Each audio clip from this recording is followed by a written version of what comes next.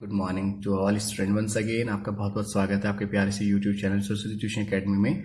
और आज डेट है स्टूडेंट 16/4/2020 और हम डिस्कस कर रहे हैं चैप्टर नंबर 3 केमिकल काइनेटिक्स।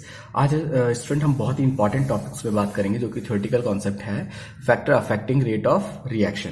ऐसे कौन कौन से फैक्टर्स हैं जो रिएक्शंस के रेट को इफेक्ट डालते हैं। देखिए स्टूडेंट, जब हम छोटे थे या 10th क्लास तक थे, 11th क्लास तक थे, हम लोगों ने ये जरूर सीखा था कि जो कैटलाइसिस्ट होते हैं उनका बहुत ही इंपॉर्टेंट रोल होता है। तो सबसे पहला जो पॉइंट होगा हमारा वो कैटलाइसिस्ट होगा। ठीक है, उसकी प्रेजेंस पे कैसे होता है। हम सबको पता है कि कैटलाइस्ट ऐसे सब्सटेंस होते हैं जो रिएक्शन में पार्टिसिपेट नहीं करते हैं बट रिएक्शन के रेट को इफेक्ट डालते हैं। तो ये तो हम छोटे से पढ़ते आए थे, तो देखते हैं कि कैसे इफेक्ट डालते हैं। ठीक है स्टूडेंट, तो देखिए अगर आपको याद होगा कि मैंने इससे प्रीवियस वीडियो में आपको बताया था, बहुत डीपली मैंने आपको समझाया है कि क्या होता है एक्टिवेशन एनर्जी। देखिए स्टूडेंट, एक बार उसी कॉन्सेप्ट में दोबारा जा रहे हैं और उसी से मैं आपको समझाऊंगी कैटलाइसिस का वर्क क्या होता है। देखिए याद कीजिएगा कि सबसे पहले तो हम यहाँ पे क्या करते थे कि रिएक्टेंट की अपनी कोई ना कोई एनर्जी हम लेट कर लेते थे कि रिएक्टेंट ये ऐसा पॉइंट है जहां पे रिएक्टेंट की अपनी सेल्फ एनर्जी है। यहां तक रिएक्टेंट की अपनी कोई ना कोई एनर्जी है। कैसे स्टूडेंट? क्योंकि जिस भी सब्सटेंस का अपना मास होता है उसकी कोई ना कोई अपनी एनर्जी होती है। ठीक है, तो उस एनर्जी यहाँ पे मैं आपकी बार बना लेता हूँ एनर्जी। ठीक है स्टूडेंट, यहाँ पे हमने एनर्जी दिखा दी। यहाँ पे हम दिखा देंगे student progress of reaction. Reaction में क्या प्रोग्रेस आ रही है और कैसे हो रही है। ठीक है student, and we know that कोई भी सब्सटेंस होगा जिसका आप रेट ऑफ रिएक्शन में इफेक्ट देखना चाहते हैं, उसका अपना मास होगा। किसी भी चीज का अपना मास होता है तो आइंस्टाइन की इक्वेशन के according E equals to mc square, और E equals to mc square के अकॉर्डिंग हर एक चीज के पास अगर मास है तो उसके पास अपनी कोई ना कोई एनर्जी है। अब इस रिएक्टेंट को प्रोडक्ट बनाने के लिए इस एनर्जी बैरियर को क्रॉस करना होगा, तभी ये थ्रेशोल्ड एनर्जी, याद है आपको स्टूडेंट, हमने डिस्कस किया था लास्ट, थ्रेशोल्ड एनर्जी। इस थ्रेशोल्ड एनर्जी वाले बैरियर को इसको क्रॉस करना पड़ेगा, तभी ये स्टूडेंट क्या होगा, तभी ये बन पाएगा, तभी ये प्रोडक्ट बना पाएगा। तो देखिए पहले क्या होता था, पहले हम देते थे इसको एक एक्स्ट्रा एनर्जी, एक्टिवेशन एनर्जी जो कहलाती थी, और ऐसा आने के बाद ये बना देता था प्रोडक्ट। यहां प्रोडक्ट बन गया। ठीक है स्टूडेंट, अब देखिए होता क्या है, अगर हम कोई कैटलिसिस्ट लेते हैं तो जो कैटलिसिस्ट होता है वो उसका मेन काम क्या होता है, स्टूडेंट हमेशा याद रखिएगा, जो ये एक्टिवेशन एनर्जी आप देख रहे हैं ना, यहां तक की एक्टिवेशन एनर्जी, तो बस कैटलिसिस्ट ऐसे सब्सटेंस होते हैं जो कि क्या करते हैं, ये कर देते हैं lowering down the activation energy. ठीक है, एक्टिवेशन एनर्जी। देखिए स्टूडेंट, हमें पता है कि यहां तक इतनी एक्टिवेशन एनर्जी चाहिए तब जाके हमारा प्रोडक्ट बनेगा। ठीक है, ये एनर्जी हो गई हमारी प्रोडक्ट की। ठीक है, लेकिन स्टूडेंट याद रखिए, जब आप कैटलिसिस्ट यूज करते हैं ना स्टूडेंट, तो कैटलिसिस्ट क्या होता है, वो क्या करता है, वो रिएक्शंस की जो रेट में जो एक्टिवेशन एनर्जी होगी उसको लोवरिंग कर देता है। दैट मीन जब वो कैटलिसिस्ट आप यूज करेंगे तो आपको इतना एनर्जी बैरियर क्रॉस करने की जरूरत नहीं है। ठीक है, वो एक अल्टरनेटिव पाथ बनाएगा, मतलब प्रोडक्ट तो आपको यहां जाके बनेगा ना स्टूडेंट, तो क्या करेगा, एक अल्टरनेट पाथ बनाएगा। तो याद रखिएगा कि कैटलिसिस ऐसे सब्सटेंस होते हैं जो कि केमिकल रिएक्शन में अल्टरनेट पाथ बनाते हैं। ठीक है, ये कब हुआ है, विद कैटलाइसिस्ट, विद कैटेलाइज्ड। ठीक है, कैटलाइसिस के प्रेजेंस में। अब देखिए एक अल्टरनेट पाथ बनाया, इस पाथ को आप क्या बोलते हैं स्टूडेंट, मैं यहां पे लिख देता हूं। ठीक है स्टूडेंट, इसको आप बोलते हैं अल्टरनेटिव पाथ। ठीक है स्टूडेंट, ये हो जाएगा हमारा अल्टरनेटिव पाथ, यानी कि प्रोडक्ट तो सेम बन रहा है लेकिन एक पाथ चेंज हो गया है अब। ठीक है ना, पहले उसको इतना बड़ा एनर्जी बैरियर क्रॉस करना था, अब नहीं, अब एनर्जी देखिए, एक्टिवेशन एनर्जी की अमाउंट कितनी कम हो गई, इतनी कम। तो ये याद रखना है स्टूडेंट, आपको कैटलिस्ट ऐसे सब्सटेंस होते हैं, शॉर्ट ट्रिक में बता रहा हूं स्टूडेंट आपको, जो एक्टिवेशन एनर्जी का अमाउंट डाउन कर देते हैं। और अगर एक्टिवेशन एनर्जी का अमाउंट डाउन हो जाएगा स्टूडेंट, तो याद रखिए, अगर एक्टिवेशन एनर्जी डाउन हो जाएगी तो रेट ऑफ रिएक्शन इंक्रीज होगी, तो रेट ऑफ रिएक्शन क्या हो जाएगी स्टूडेंट, इंक्रीज होगी। ये आपको याद रखना है। तो बस आपको कैटलाइसिस का, आई होप आपको कैटलाइसिस का वर्क समझ में आ गया होगा। ये करता क्या है स्टूडेंट, ये करता है, कैटलाइसिस की प्रेजेंस में जो कोई रिएक्टेंट होते हैं, जो वो प्रोडक्ट बनाते हैं, तो वो एक अल्टरनेट पाथ बना देता है, जिस अल्टरनेट पाथ की प्रेजेंस पे रिएक्शन फास्ट हो जाती है स्टूडेंट, और फास्ट हो जाती है क्योंकि वो एक्टिवेशन एनर्जी को डाउन कर देता है। ये जरूर याद रखिएगा स्टूडेंट की क्या कर रहा है, एक अल्टरनेट पाथ बनाने के साथ साथ एक्टिवेशन एनर्जी को डाउन कर देता है। चलिए आप इसको थोड़ा सा थ्योरेटिकल कॉन्सेप्ट हम लिख देते हैं कि व्हाट इज द कैटलाइसिस्ट। तो यहां पे आ जाएगा catalysed increase the rate of reaction by lowering down important हो जाएगा, it's provide an alternative path to the reaction. वो रिएक्शन को एक ऑल्टरनेट पाथ प्रोवाइड कराता है।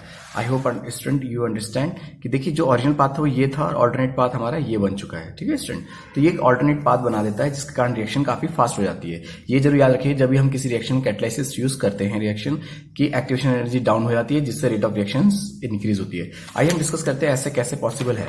देखिए स्टूडेंट, आप ये जरूर याद रखिए, जब आप एक फॉर्मूला पढ़ते हैं ना, आपने फॉर्मूला पढ़ा होगा एक्टिवेशन, आपने ये फॉर्मूला पढ़ा था आर्नेस इक्वेशन के अकॉर्डिंग, के यानी कि रेट ऑफ रिएक्शन के इज इक्वल्स टू ए ई की पावर ई ए अपॉन आर टी। ठीक है स्टूडेंट, अब आप समझिए, अगर ई ए की वैल्यू कम हो जाएगी, अगर नेगेटिव वैल्यू कम हो जाएगी तो ये आंसर ज्यादा आएगा, ये आंसर कैसा आएगा आपका, बड़ा आएगा। ठीक है स्टूडेंट, बस ये सिंपल सा रिलेशन है। डायरेक्टली प्रोपोर्शनल भी आप ये समझ सकते हैं, इनडायरेक्टली प्रोपोर्शनल है कि अगर k is indirectly proportional to 1 upon E A, आप ये रिलेशन याद रखें। टेम्परेचर का क्या इफेक्ट होता है, when we increase temperature the number of molecules activation energy increase because the average kinetic energy of molecules increase. देखिए स्टूडेंट, मैं आपको एक बहुत ही अच्छे एग्जांपल के साथ इसको एक्सप्लेन करता हूं। देखिए, आप कभी कोशिश कीजिएगा कि ठंडा पानी आप घर पे एक गिलास में ठंडा पानी रखिए, एक में आप नॉर्मल पानी वाटर रखिए और एक में आप उबला हुआ पानी यानी कि गुनगुना वाटर रखिए। ठीक है, या फिर उबला हुआ हो जो बहुत ज्यादा गर्म हो ऐसा रखिए। अब तीनों में आप एक एक स्पून आप शुगर डाल दीजिए। अब आप देखिए कि जो सबसे फास्ट जो डिजोल्व होने की जो पावर होगी वो किस में होगी, जो हॉट होगा। रीजन क्या है, रीजन ये है स्टूडेंट कि जब हम वाटर को हीट करते हैं तो मॉलिक्यूल्स बहुत ज्यादा काइनेटिक एनर्जी में आ जाते हैं। तो जब आप शुगर स्पून उस पर डाल रहे हैं, एक स्पून अगर आपने उस पर डाला है शुगर का, तो होगा क्या स्टूडेंट, वो पूरा पूरा उसके साथ रिएक्ट करेगा, क्योंकि जैसे शुगर मॉलिक्यूल्स नीचे वाटर में गिरेंगे, काइनेटिक एनर्जी तो उन मॉलिक्यूल्स में है ही, वाटर मॉलिक्यूल्स में, तो उसके साथ तेजी से टकराएंगी और जब उनके साथ टकराएंगी तो उसके साथ डिसॉल्व होती हुई चली जाएंगी। तो याद रखिएगा, जब भी हम चीजों को गर्म करते हैं ऐसे में क्या होता है, कोलिजन रेट इंक्रीज हो जाता है। जो उनके मॉलिक्यूल्स होते हैं ना स्टूडेंट, उनके बीच में कोलिजन रेट जो होता है इंक्रीज होता है। तो आप ये भी लिख सकते हैं इसको, मैं आपको एक और डेफिनेशन के अकॉर्डिंग इसको लिखा देता हूं कि number of effective collision increase. ठीक है स्टूडेंट, ये भी आप शॉर्ट डेफिनेशन में बोल सकते हैं। ठीक है, और अगर ऐसा हुआ तो hence rate of reaction will be increase. ठीक है, is increase. I hope you understand student कि अगर टेम्परेचर हम रेज करते हैं तो रेट ऑफ रिएक्शन को क्या इफेक्ट पड़ता है। ठीक है स्टूडेंट, तो आइए चलिए अब हम डिस्कस करते हैं नेक्स्ट फैक्टर को, जो कि और इंपॉर्टेंट होने वाला है। ठीक है स्टूडेंट, तो यहां जाएगा हमारा next factor.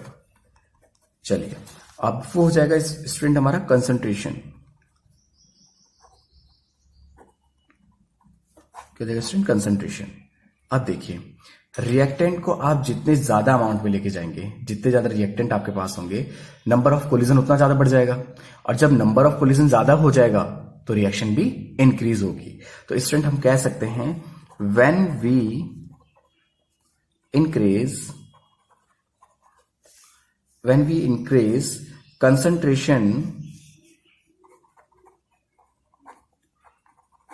concentration total number of collision का मतलब टकराना होता है स्टूडेंट। ठीक है, collision increase। ठीक है स्टूडेंट, तो ये भी आप याद रखिएगा, अगर कंसंट्रेशन ज्यादा होगी तो कंसंट्रेशन अगर ज्यादा होगी स्टूडेंट तो कोलिजन ज्यादा होगा, कोलिजन ज्यादा होगा तो रेट ऑफ रिएक्शन भी ज्यादा होगी। इसमें एक एक्सेप्शन भी है, वो जरूर याद रखिएगा, एक्सेप्ट इसमें है जीरो ऑर्डर रिएक्शन। ये जरूर याद रखिएगा आप, ये बोर्ड एग्जाम में पूछ सकता है वो आपसे, accept in zero order reaction. Zero order reaction में ऐसे नहीं देखने को मिलता है स्टूडेंट। ठीक है, ये जरूर याद रखिएगा आप। ठीक है, ये एक एक मार्क्स में आपसे पूछ सकता है।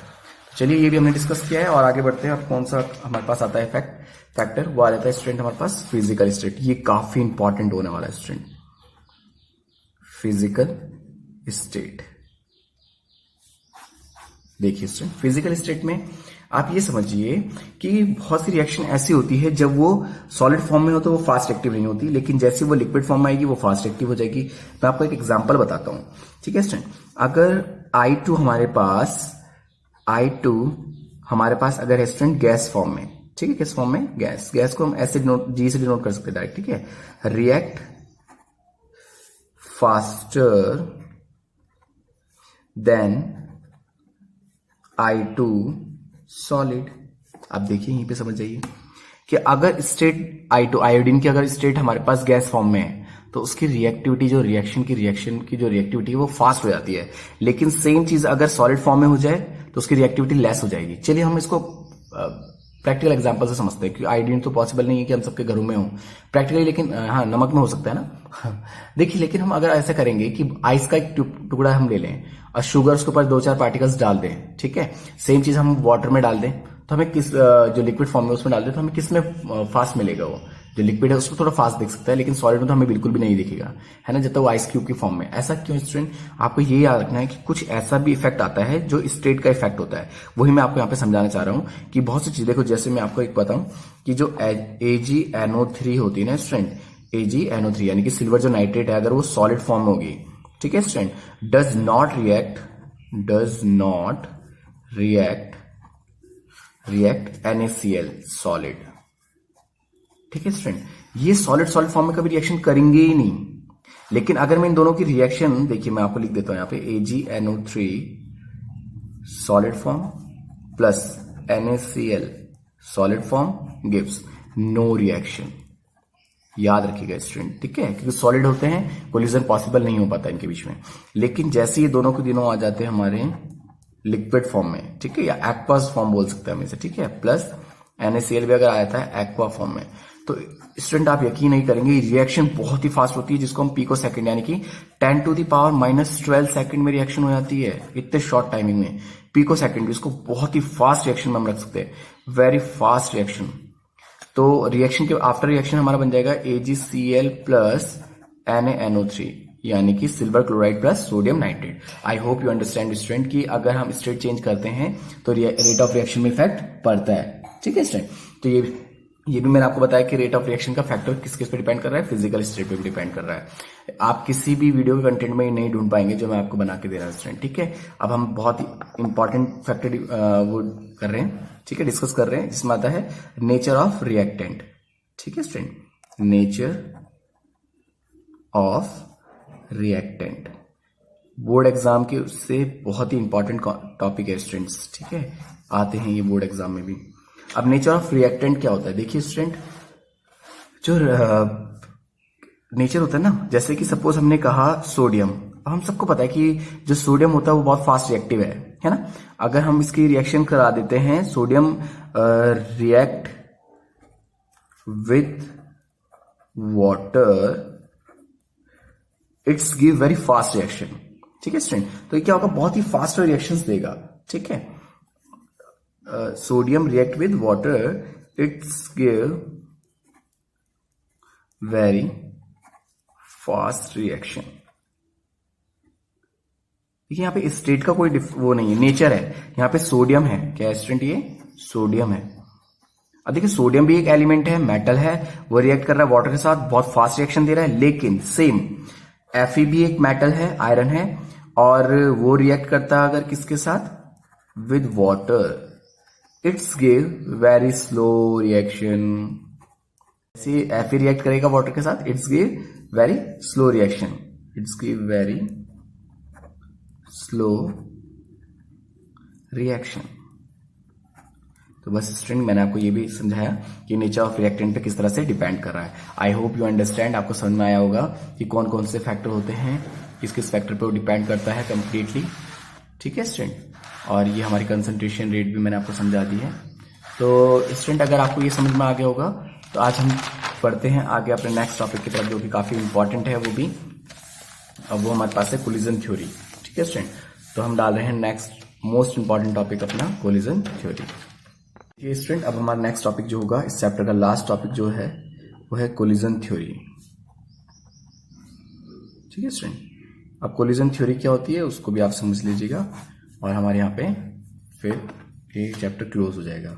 देखिए कोलिजन क्या होता है, आप सबको पता है कि अगर A plus B gives A भी बनाएंगे, ऐसा तभी पॉसिबल है जब उनकी ओरिएंटेशन स्टेट बिल्कुल सही हो स्टूडेंट, ठीक है। मतलब जो कोलिजन है उनका वो बिल्कुल परफेक्ट होना चाहिए।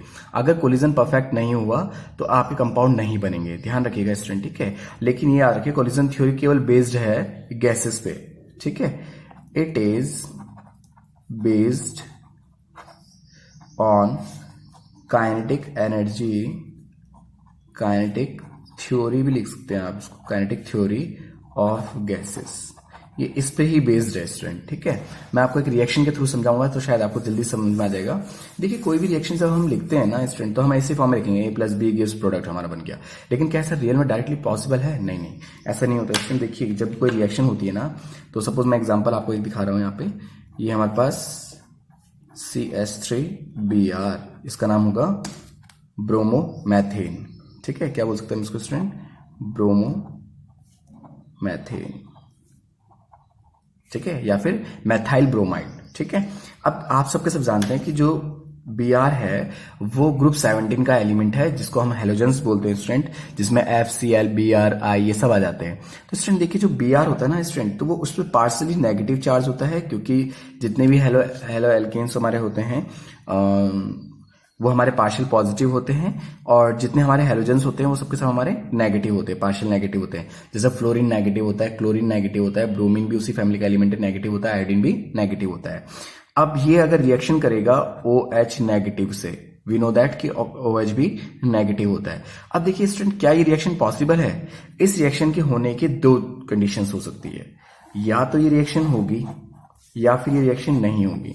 मीन्स कैसे हमें पता चलेगा कि रिएक्शन होगी कैसे नहीं होगी? तो देखिए स्टूडेंट मैं आपको समझाता हूं कि अगर हमारे पास ये रिएक्शन में इस तरह से हुआ, ये H आपको हमेशा याद रखना है कि जो हेलो एल्केन होते हैं वो कार्बोकैटायन होते हैं, वो हमेशा पॉजिटिव रहेंगे। अब Br देखिए यहाँ पे हमारा नेगेटिव, पार्शियल नेगेटिव है, ठीक है, इसलिए मैंने इसको डेल S के साथ लिखा है, ऐसा डेल जैसा सिंबल बनाया है, ठीक है स्टूडेंट। प्लस OH, अगर ये कोलिजन करने के लिए फ्रंट से आता है, Br की साइड से आता है, तो ऐसे में क्या होगा स्टूडेंट, इन दोनों के बीच में रिपल्शन फोर्स लगेगा और एक दूसरे को रिपल करेंगे, एक दूसरे की तरफ नहीं आएंगे, तो ये रिएक्शन पॉसिबल नहीं है। तो जब रिएक्शन नहीं हो पाती, पॉसिबल नहीं हो पाती, तो हम उसको लिखते हैं इम्प्रॉपर, यहां पे लिख देता हूं स्टूडेंट, इम्प्रॉपर ओरिएंटेशन। ओरिएंटेशन का मतलब होता है उसकी स्थिति, किस तरह से वो आ रहा है, ठीक है, ठीक है। तो इसकी इम्प्रॉपर ओरिएंटेशन थी, इसलिए इसके साथ रिएक्शन ये नहीं कर पाया और आगे चल के कोई भी प्रोडक्ट आपको नहीं मिलेगा। यहां पे मैं लिख देता हूं नो प्रोडक्ट। लेकिन हमने ये क्या किया, एक एरो एक और भी बनाया है, इसका मतलब कोई दूसरी कंडीशन भी इस पर डिपेंड करती है। इम्प्रॉपर ओरिएंटेशन यहाँ पे है, हो सकता है प्रॉपर ओरिएंटेशन कहीं पे बन रही हो, तो यस स्टूडेंट वो पॉसिबल होती है। मैं आपको वो भी समझाता हूँ कि देखिए होता क्या है स्टूडेंट, इसको हम थोड़ा कर पीछे ले आते हैं, ये नहीं यहाँ पे समझिएगा आप। तो देखिए हमारे पास अगेन ये रहा, यहाँ पे होगा, ये होगा, और ये Br जो हेलोजेंस होते हैं उसमें नेगेटिव होता है, पार्शियल नेगेटिव, हेलो एल्केन्स में पार्शियली पॉजिटिव होता है। हमेशा याद रखिए कार्बोकैटायंस होते हैं, इसलिए हमें उस पर पार्शियल पॉजिटिव शो करना होता है। आपके बार ओरिएंटेशन इस जगह से नहीं, इस जगह से हुई है, तो OH अब की बार इस जगह से आया है स्टूडेंट आपका, ये यहां से, ठीक है स्टूडेंट। तो जब ये यहां से आया है, अब इसकी ओरिएंटेशन बिल्कुल परफेक्ट जगह से है, तो यहाँ पे हो सकती है रिएक्शन हो जाएगी। और क्योंकि Br उस साइड है, नेगेटिव साइड है, तो जैसे जो Br नेगेटिव होता है ना स्टूडेंट, वो क्या करता है रिएक्शंस में अपना ये वाला पार्ट, यानी कि अपना नेगेटिव वाला आयंस लेके यहां से दूर चला जाएगा, और ये हाइड्रोजन अपनी पोजीशन को एक्सचेंज कर देंगे, क्योंकि नेगेटिव के अपोजिट होना चाहिए हमेशा, ठीक है। और OH आपका इधर बॉन्ड बना लेगा। इस रिएक्शन में ये होता है स्टूडेंट कि ये कंपाउंड आपको मिलेगा, प्रोडक्ट आपको ये मिलेगा, और Br जो होगा वो नेगेटिव आयन लेके एक तरफ हो चुका होगा, ठीक है, अपना इलेक्ट्रॉन लेके एक तरफ हो गया। अब ये मत सोचिए कि अनबैलेंस्ड है, ये स्टेबल है स्टूडेंट, ये अपना इलेक्ट्रॉन इससे वापस लेके इधर चला गया, ये पार्शियल नेगेटिव है जबकि ये ओरिजिनल नेगेटिव है, ठीक है स्टूडेंट। ये इस टाइम शो करते हैं जब हम भी कोई पॉजिटिव नेगेटिव, जैसे NaCl अगर हम लिख रहे हैं तो Cl के ऊपर हम पार्शियल नेगेटिव शो कर सकते हैं, सोडियम के ऊपर हम पार्शियल पॉजिटिव शो कर सकते हैं, क्योंकि ये आयंस हैं, ठीक है। यहाँ पे प्रोडक्ट बनना पॉसिबल हो रहा है। देखिए अगर ये इस साइड से, अपोजिट साइड से आ रहा है, तो क्योंकि पॉजिटिव नेगेटिव को अट्रैक्ट करता है, तो यस ये इसकी तरफ आ जाएगा, इस तरफ। लेकिन इस तरफ से आता तो नहीं हो पाता है, जिसको हम इम्प्रॉपर कह रहे हैं। तो ये कैसी ओरिएंटेशन होगी स्टूडेंट, ये हमारी हो जाएगी स्टूडेंट, मैं यहाँ पे लिख देता हूँ, ये हो जाएगी हमारी proper orientation. I hope student you understand कि what is the collision theory. मैंने आपको बहुत ब्रीफली समझाया है, डीपली समझा दिया है कि रिएक्शंस में कोलिजन कैसे होती है, किस तरह से कोलिजन होता है। और स्टूडेंट मैं आपको आगे जो सेकंड बुक हम पढ़ने वाले हैं, उस सेकंड बुक में मैं आपको पढ़ाऊंगा कि कोलिजन जो होता है वो 2 टाइप से होता है, एक होता है SN1, एक होता है SN2, ठीक है स्टूडेंट। तो वो वहां पे हम डिस्कस जरूर करेंगे। I hope you understand. आज की वीडियो आपने एंजॉय की होगी बहुत ज्यादा, क्योंकि इसमें बहुत ही इंपॉर्टेंट कॉन्सेप्ट पर हमने बात की है। Thank you so much student. जैसे मैंने कहा कि ये हमारे पास क्या हो जाएगा स्टूडेंट, प्रॉपर ओरिएंटेशन हो जाएगा। तो आइए हम डिस्कस करते हैं। अब हम डिस्कस करेंगे कि कोलिजन थ्योरी को हम एक्सप्लेन कैसे कर सकते हैं। देखिए, कोलिजन थ्योरी समझने के लिए आपको जरूर याद रखना है, the rate of reaction does not depends upon total number of collisions। ये इस पे डिपेंड नहीं करेगा स्टूडेंट कि कोलिजन करने के लिए कितने नंबर्स हैं, ठीक है, कितने पार्टिकल्स हैं, जबकि ये डिपेंड कर सकता है, ये इससे ज्यादा डिपेंड करेगा किस पे स्टूडेंट, ये डिपेंड करता है,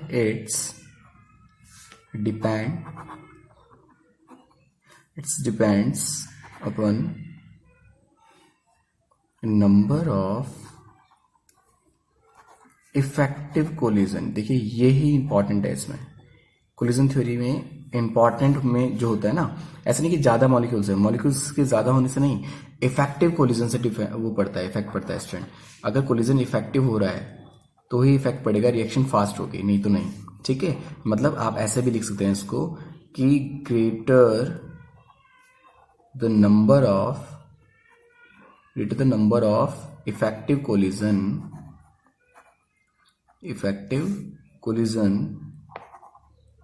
कोलिजन्स का मीन्स होता है स्टूडेंट टकराना, ठीक है। Collisions more will be